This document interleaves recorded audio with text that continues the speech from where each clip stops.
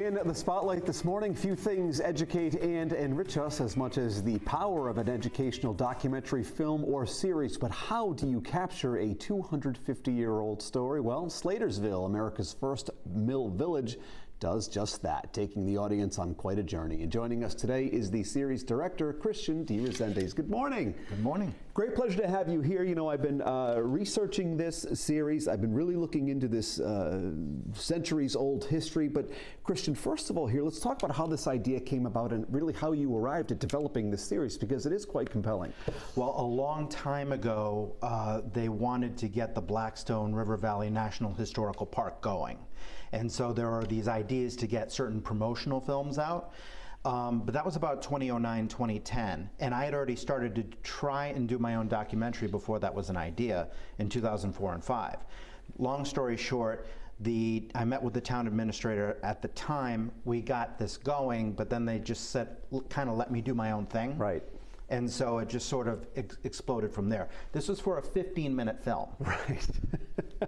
Not exactly the end result. Yeah, I didn't listen. Yeah, sometimes that's the best, because you really never know where these ideas are going to take you. As a director, as a producer, as someone who creates, did you find it at the beginning to be a little bit overwhelming? Where do I begin? How do I capture the essence of this? Where do I go? How do you whittle that down into something that's really going to be, palatable to the viewer? Well, you can't do it in a few weeks or a few months or even a couple of years, okay? I didn't know it was going to be a series at the outset. Right. So the idea that I just sort of put forth was like, I just put one foot in front of the other. I started interviewing people. I started slowly doing research and just putting pieces together. I say often that I learned it backwards. Right. Because I had to film the people that were still living, who were talking about the 20th century, and then go back into the 19th century and do it that way. And so as you see the series progress, what's funny is that the stuff in the first season is relatively newer in some ways, and then as you get into the later seasons, it's older, because I've interviewed over 150 people and I've lost 31.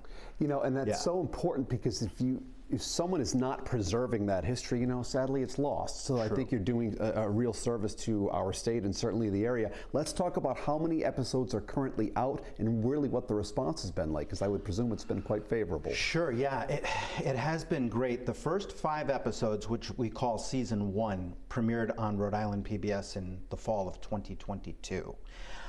Since then, we know we had to do 6 more episodes for a total of 11.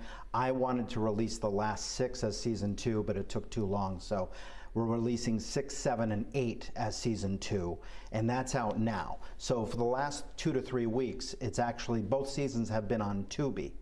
Right, so viewers out there can catch these things. Yes. Streaming. Yeah, very easily. First season's on Amazon, but both seasons are on Tubi. And we're working on the last 3 episodes now, 9, 10, 11. Outstanding. And I know how it is for filmmakers, docuseries directors, people that produce and create.